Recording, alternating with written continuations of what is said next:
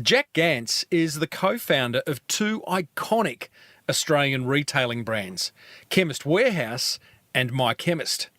Even as some media commentators are saying retail is dead, Chemist Warehouse is opening 40 stores a year, each one taking just 10 days to set up, and budgeted to turn over $10 million per annum each. Jack really is Australian retailing royalty. Let's go and find out how he's done it.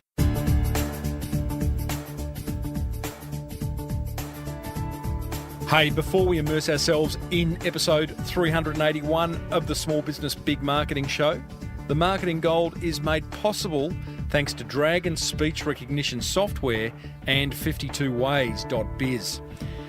Dragon's amazing. It converts whatever you say into text. You download the software, start talking, and your words appear on your screen. It's like magic. Which means you can create documents, blog posts, emails, reports, and spreadsheets in a third the time because we speak 3 times faster than we write. You can get an exclusive 35% off. That's a listener discount just for small business big marketing folk over at getdragon.com.au. We're also made possible thanks to Dale Beaumont's 52 Ways live event that's touring Australia and New Zealand in 2018. Yes, folks, 2018 dates have just been released. You have no excuses. You must go. It is so good. It's one very full day where Dale hands you on a platter 52 ways to grow your business. Grab your free tickets for you and some colleagues now over at 52, that's 52ways.biz. Well, I said, welcome to a small business marketing show where successful small business owners share their souls to take your marketing straight to the lead. Now, here's your host, Mr. Timbo Reid. And welcome back to the Small Business Big Marketing Show, Australia's #1 marketing podcast. I'm your host, Timbo Reid. You, infinitely more importantly, are a motivated business owner ready to crank out some great marketing to build that beautiful business of yours into the empire it deserves to be. Big show today. Jack Gance, co-founder of Australia's biggest retail pharmacy brands, Chemist Warehouse and My Chemist, joins us. What a treat that is. I share a no-cost marketing idea that involves a little marketing magic, and we revisit a recent episode in which you and I caught up with Peter Hitchener, Australia's #1 TV newsreader, who's also nailing social media at the ripe old age of 71. Hey, as per usual, team, there is marketing GOLD dripping from the ceiling over here at Small Business Big Marketing's HQ. So let's get stuck right in.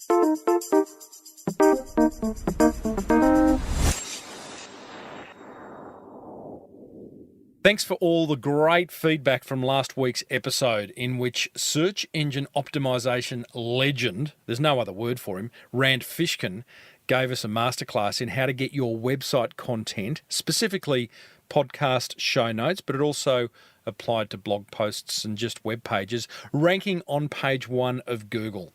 I knew you'd love it, and the feedback has been unanimous that he is just really, really good. Rand has the ability to make the complicated very simple, and you know I love people who do that. I know I said I'd continue that discussion with my ideas around off-page SEO in this week's episode. However, I have just got permission to run with some interviews I've been sitting on for a few weeks. So I'm going to run with the first one of those this week, and we'll finish the SEO chat next week. Cool? Cool. So the 3 interviews I'll be sharing with you over the coming weeks are with extremely successful and wealthy business owners, people who really have built empires.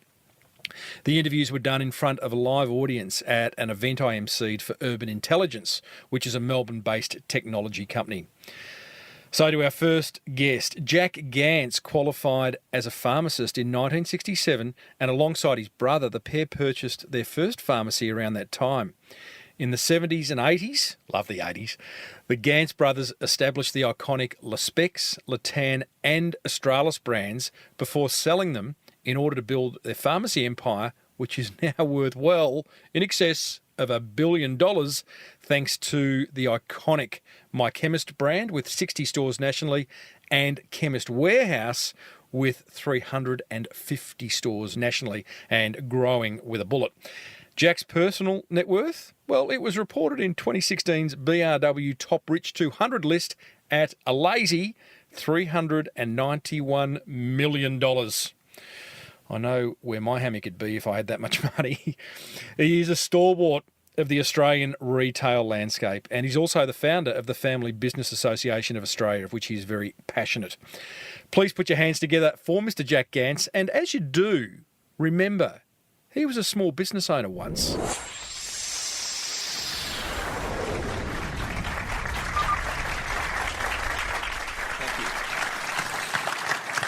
Now, Jack, you started in pharmacy 40 years ago, but you very, very quickly decided to import Tan, Australis and Australis. Was pharmacy not enough? I enjoyed the academic aspects of pharmacy, but I didn't really enjoy the business aspects of working inside the pharmacy. I wanted something a bit more of a challenge.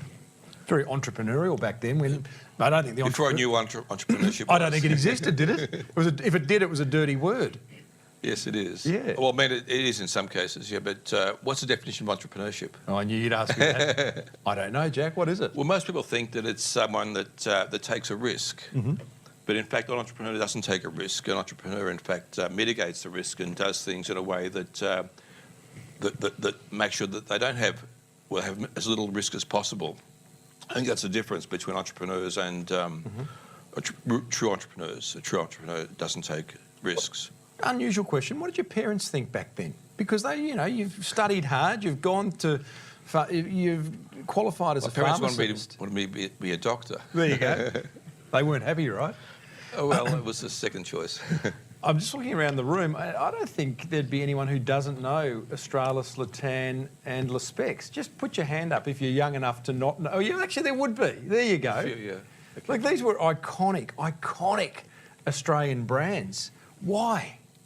How? Well, it was, I guess it started with an urge to do something a bit different, to have a business challenge. And we had pharmacies, we had 2 pharmacies, and we started importing sunglasses for our own stores. And we decided to use, I guess, the strategic advantage we had, which is being a pharmacist, of selling sunglasses to other pharmacies. I think when I spoke to you, I said that if you're in business, you should always look for a strategic advantage. Mm-hmm. There's no point getting involved in any business venture where you don't have a strategic advantage, because if you do, 2 people without a strategic advantage end up with bloody noses when they're fighting each other. So there must have been 300-400 people selling sunglasses to pharmacy.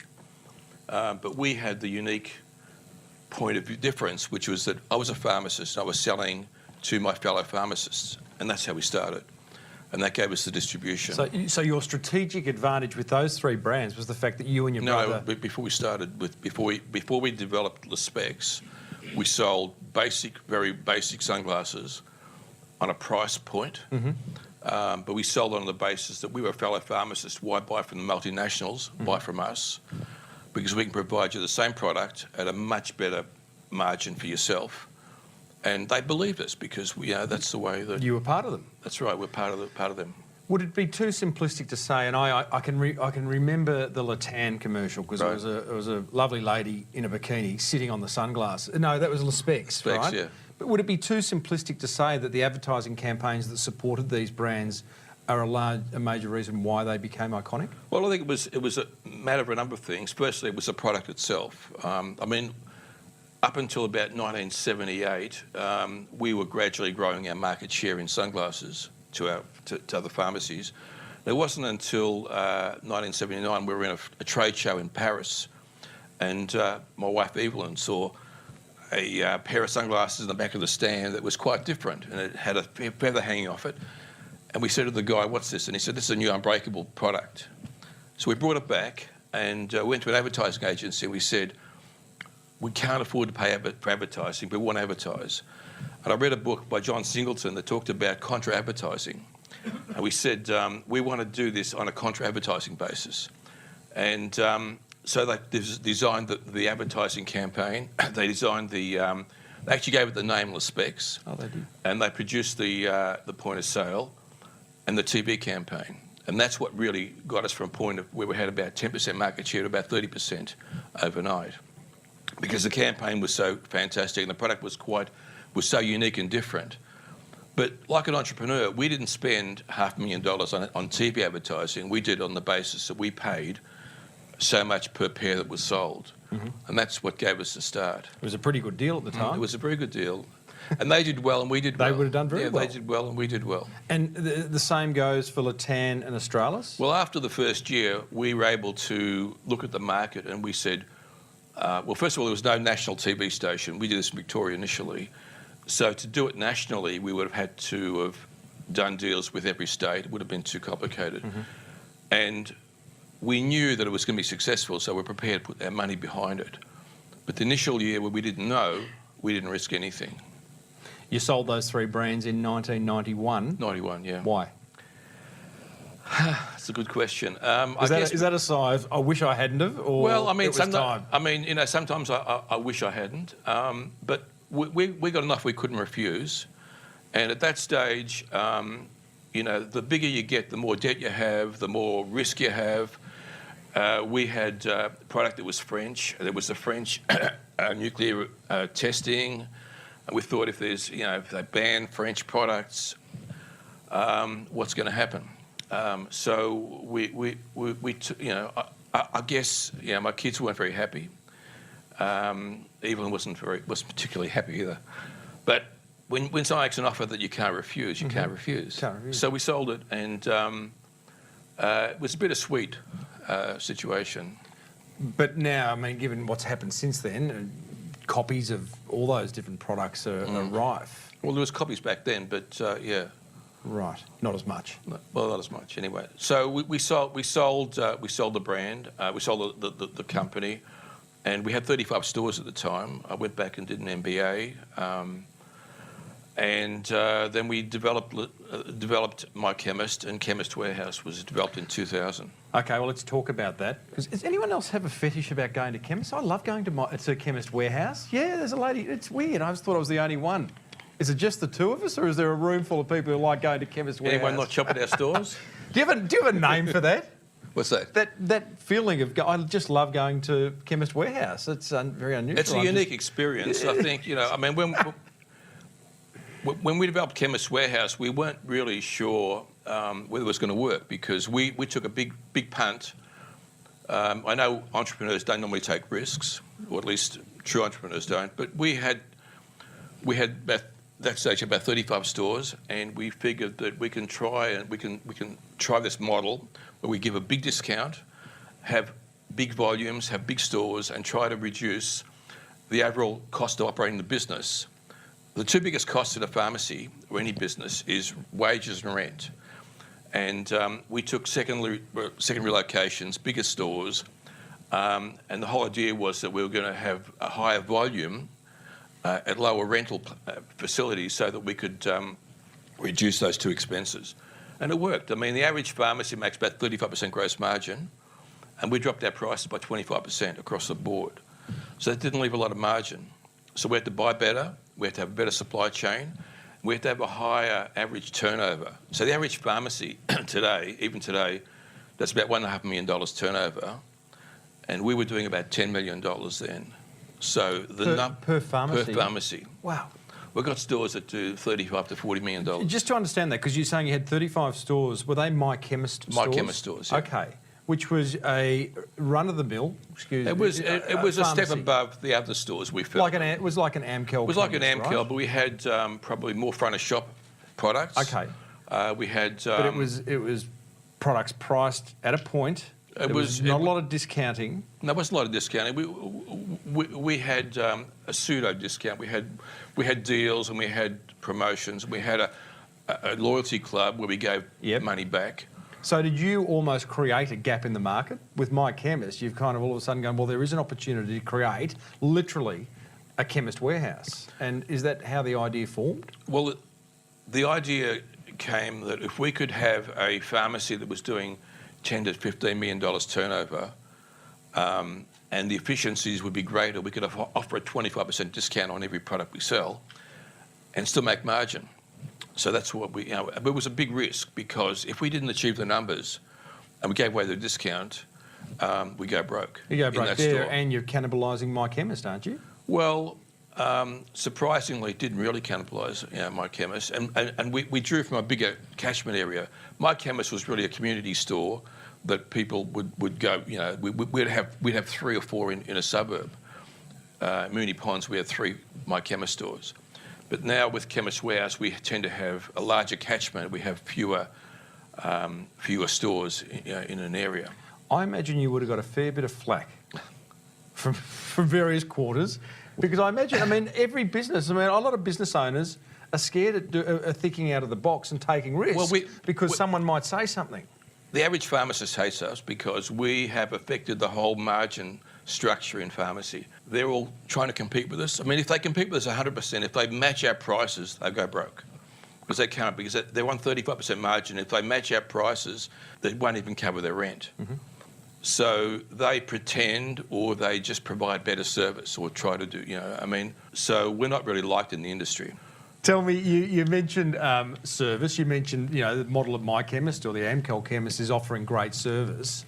I note as a consumer that when I go to JB Hi-Fi, right, I don't think the service is that great.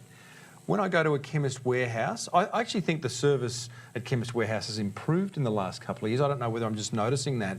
But do you have a service policy of just get them in and get them out? Or is there actually some science behind what you say to your staff? No, we do a lot of training. Chris was saying about the training, and training's very important. It is. We do a lot of training, and I think it's the culture of the organisation.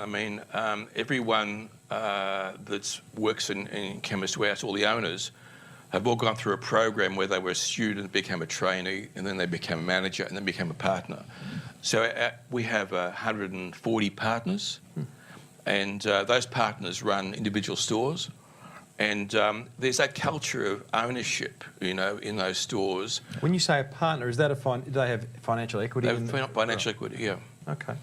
So we have about 140 people that have a financial equity, and they work individual stores. They might work 2 or 3 stores. And that's one of the reasons, because the partners there, like the owners there, and they've been through the whole of the program, starting as a student, trainee, and then become a pharmacist manager, and then a partner. And so the culture is very strong. Customer service, focus on the customer, and provide all the support. Mm-hmm. Warren Buffett just sold down $900 million worth of Walmart shares that he's been holding on to, citing a nervousness with retail. What do you think? I'll get you to get your crystal ball out now. A threat to you must be the internet. Well, it is. We're the biggest pharmacy on the internet. We do about $200 million a year on that, which is still a very small percentage of our business. The internet certainly is a threat, and we're concerned about what's going to happen with Amazon coming into the marketplace. But a lot of the products that we sell, there's an immediacy thing, and when they walk into our stores, there's a whole theatre in that. There's a lot of noise, a lot of signage. It's a very busy environment, very crowded, and it's that sort of atmosphere. There's no doubt what our offering is. Our offering is a lot of variety, a lot of product at very good prices, and we provide good service as well. Do you have people in a back room sort of planning what to do about that threat? To be honest, no, we haven't really taken a lot of... We focus on our own issues rather than looking around. We don't really take a lot of notice of what everyone else does. We run our own game. Let's talk inspiration. You're a successful businessman yourself. Where have you sought inspiration in the past? From anyone or anything? Well, I think, like Chris was saying, he doesn't like to copy things. I think that that plagiarism saves a lot of time. So we see things all over the world, and we adapt them. You know, I mean, you get an idea. You go to a trade show, electronic trade show, and you might see something that works for you. That you know, I mean, I get excited about seeing something at a trade show, something different, and we try to adapt it. And what is there a process of adaptation? I'm always interested in where you see an idea, getting it into the marketplace, getting it into your business. Is that an easy thing, or is that like? Well, I mean, with 450 stores and and the sort of scale we're at, it's a lot harder to bring things in because you've got to follow a process, and it's because if you don't have a process, then it just becomes. I mean, all our stores are planogrammed, so if you want something. If you want to sell something through our stores, it has to have a place.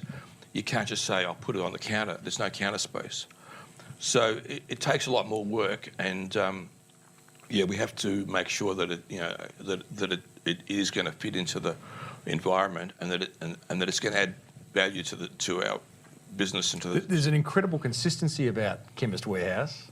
We hope there is. It seems to be managed within an inch of its life almost.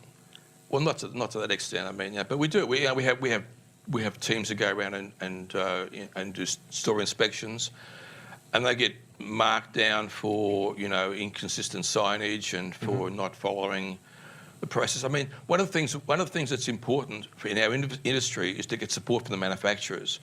And to get support from the manufacturers, you have to have consistency. You have to have every store has to. If you say you're going to have a gondola end. We'll get like $100,000 for a gondola end. We have to have that gondola end the same way in every store. Yeah, right. Now, that doesn't work with Amcal because they're individual owners and there's no corporation that sort of runs it. There's no planogramming.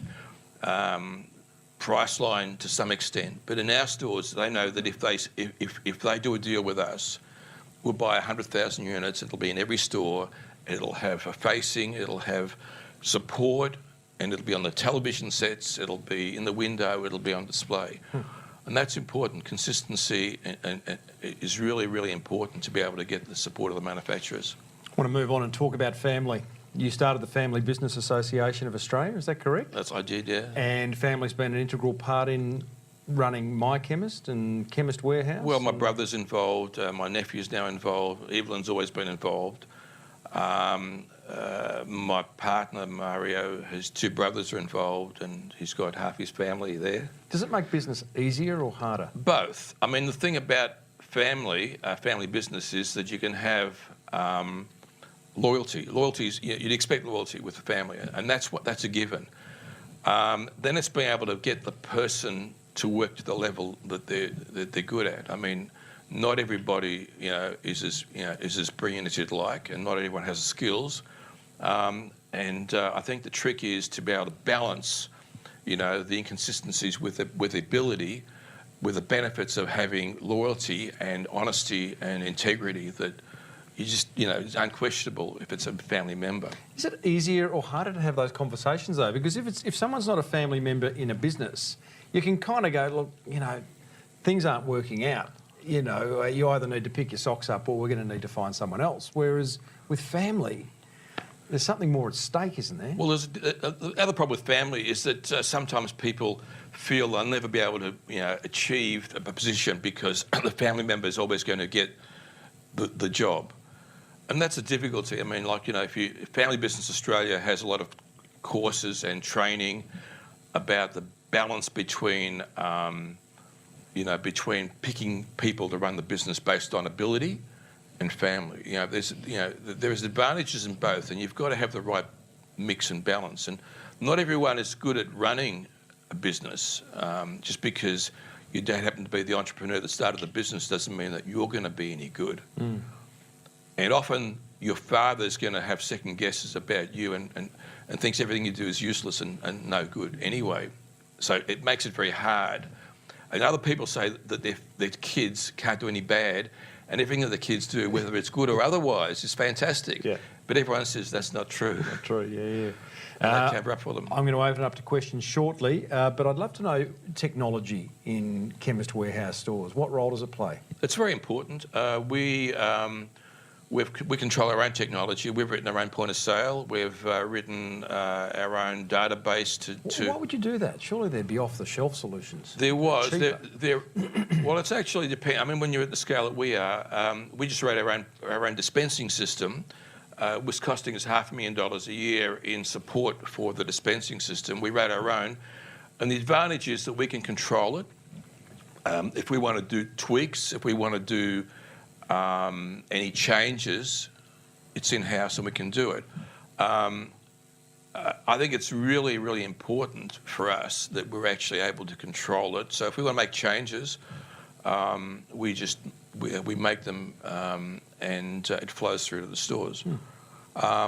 We have a very robust network. We have two data centres that have shadows of our IT system that are connected by fibre optic cable. We have a fibre optic cable to every store. We can control the computers in the store at head office. We have a team of about, 50, 60 technicians that work on support, go out and set up, we set up our own. To set up a store, we can set up a store within 10 days. So if we have the bare walls, we can set up the shelving, the telephone system, the computers, stock it, cameras within 10 days. How many stores are you opening a year? About 40 a year. Wow. 40, and we do them in each one in about 10 days. How exciting. There you go. Australian retail royalty, Jack Gance. From little things, big things certainly grow, huh? What a remarkable story. Coming up, I share my top 3 attention grabbers from that chat with Jack. Plus, I'll share another low-cost marketing idea that involves a little marketing magic. Now, I get how busy you are. So busy that you haven't written a blog post or added new content to your website in how long? A month? 10 months? Maybe never. Well, you're not alone. In fact, you're in the majority of small business owners who would rather set fire to their own legs than sit down and write a 500-word blog post, even though they know it'd be good for business. But guess what? We speak up to 3 times as fast as we type. And thanks to Dragon's speech recognition software, you could be smashing out content in literally a third of the time. Dragon converts whatever you say into words on your screen. It's ridiculously accurate right from the get-go, and it learns what you sound like, getting better each time you use it. I actually used it to write this ad. In fact, I spoke this ad.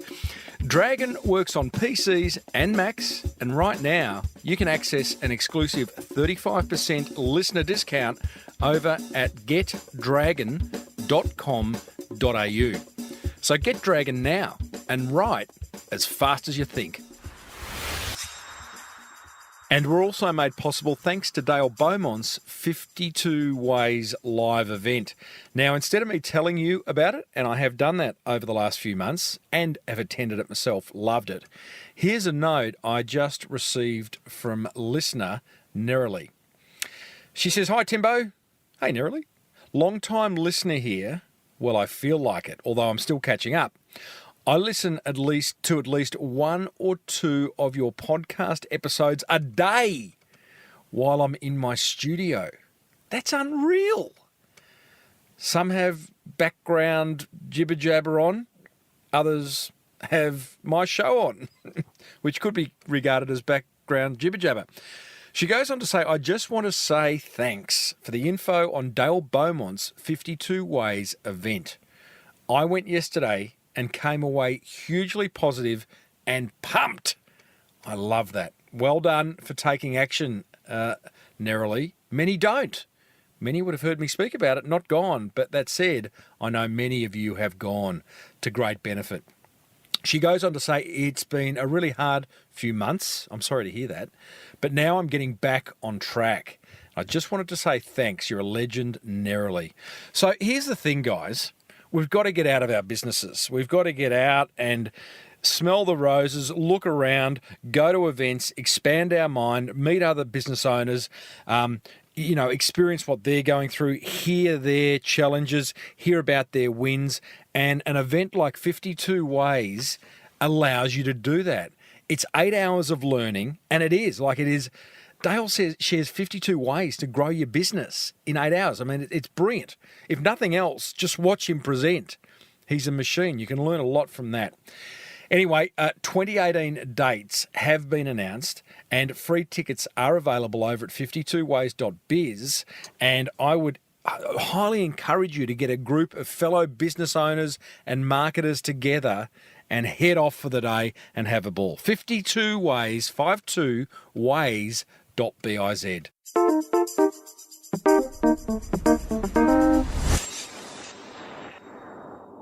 Righto, my top 3 attention grabbers from that chat with Chemist Warehouse's Jack Gance. Thanks to 52ways.biz and Dragon speech recognition software. Attention grabber number 1. The advertising contra deal that Jack struck with an advertising agency in order to promote Le Specs was genius. Without it, he and his brother couldn't have built that brand to the iconic status that it became. So I guess it asks the question, what mutually beneficial contra deals could you be striking? Attention grabber number 2, the importance of systems. Becoming a bit of an old chestnut on this show. We've covered it a few times on previous episodes, but it can't be overlooked. Jack's opening 40 stores a year, each one taking only 10 days to set up. You can't do that without impeccable systems. So get all the systems in place in your business. A bit of hard work up front, a bit of grunt work, but boy, oh boy, will it make your life a whole lot easier. And attention grabber number 3, the hater's gonna hate. Thanks to Taylor Swift for that line. Although he only briefly touched on it during the interview, I'm guessing Jack and his team endured quite a lot of criticism as they established Australia's largest chain of discount chemists. Whilst I'm the first to support small business, don't get me wrong, I hate seeing the little guy get buried by the big guys. I'm also a big supporter of seeing small businesses grow big into the empire they deserve to be. Does that ring a bell? Hard to get that balance, but it looks like Jack continues to manage the haters and do it with aplomb. Hey, what grabbed your attention? smallbusinessbigmarketing.com/381 is where you can leave me your thoughts. What have you got to lose? It's time for one simple yet effective marketing idea that you can implement pretty much immediately. One that's not going to cost you a fortune, if anything, and that might just generate you more awareness, more inquiry, ultimately more sales. I call today's idea the find time for a little marketing magic hack. If you're like most small business owners, you're probably sitting on a marketing idea or two that you just can't find the courage or time to activate. It might be an idea you've heard on the Small Business Big Marketing show. Love that show. Or you've seen some other business owner try.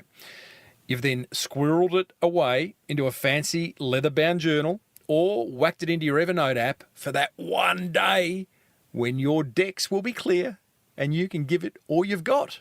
Well, guess what? Time's up. No more squirreling, no more cogitating, no more procrastinating. The time has come for action. So, here's my 3 steps to creating a little marketing magic. Step 1, pick one marketing idea you've been sitting on that you'd love to try. Step 2, find 75 minutes in the next 48 hours to focus entirely on this idea. Not 3 hours in the next month or 8 hours in the next year, 75 minutes in the next 48 hours. Step 3, when your scheduled time arrives, tell those around you that you're not to be disturbed and imagine Facebook was never invented, in case you're inclined to go and, check on the old timeline. Then do whatever it takes to bring this idea to life. Make calls, brief designers, write copy, ask questions of others, pick brains, whatever it takes. And here's the pro tip.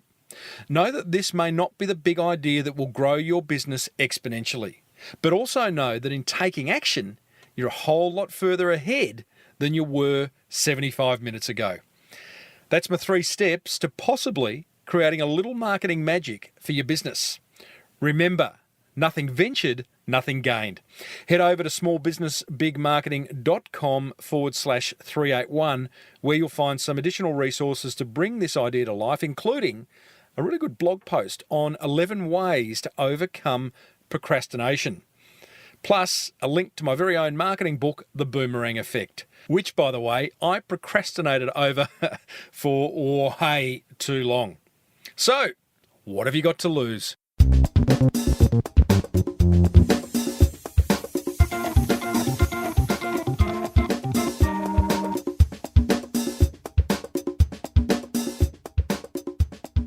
That almost wraps up another episode of the Small Business Big Marketing Show, but there's plenty of marketing gold coming your way in the weeks ahead, including a chat with Australia's most successful restaurateur, and I'll be doing an episode on how I drive traffic to each individual episode of this show. A bit of off-page search engine optimization stuff. Hey, have you listened to the chat I had with 71-year-old Peter Hitchener, Australia's #1 TV newsreader, who's also very big on Snapchat? It wasn't even thought about as a strategy. I just thought, this is a great app. How does it work? And so it was because of the app and because of and really you have no idea actually how old the people are who are also on the app, except that it clearly does skew younger. But, why not? And you get a response from it's amazing. The response to a picture or to a snap is in the thousands within minutes. If you're struggling with what to say and do with your business's social media, then that is an episode you really need to listen to. You'll find that full interview with Hitch, plus hundreds more, over at smallbusinessbigmarketing.com, or you can subscribe free on your favourite podcast catcher, which I would love you to do. Then you'll never miss another episode. If you're serious about growing your business through smart marketing, then be sure to grab a personalised copy of my book, The Boomerang Effect, over at smallbusinessbigmarketing.com. You can email me, tim@timreid, reid.com.au. Tell me your thoughts, say hi, hit me up on Twitter @TimboReid. You can join the Small Business Big Marketing Facebook page. Hey, don't forget to check out Dragon's speech recognition software. It's a brilliant way to get those long overdue blog posts written. Or anything else you really need to write as well. Visit getdragon.com.au for a 35% off exclusive listener offer. And be sure to grab your free seat at Dale Beaumont's 52 Ways live event. New dates have just been released for 2018, so no excuses, no excuses. I'll see you at one of them. Head over to 52ways.biz. If you love the Small Business Big Marketing Show, then please let another business owner or 5 know about it. Grab their phone, download the app, the podcast app, subscribe, love your work. Until next week, I'm Timbo Reid. Thanks for tuning in. May your marketing be the best marketing. Bye for now.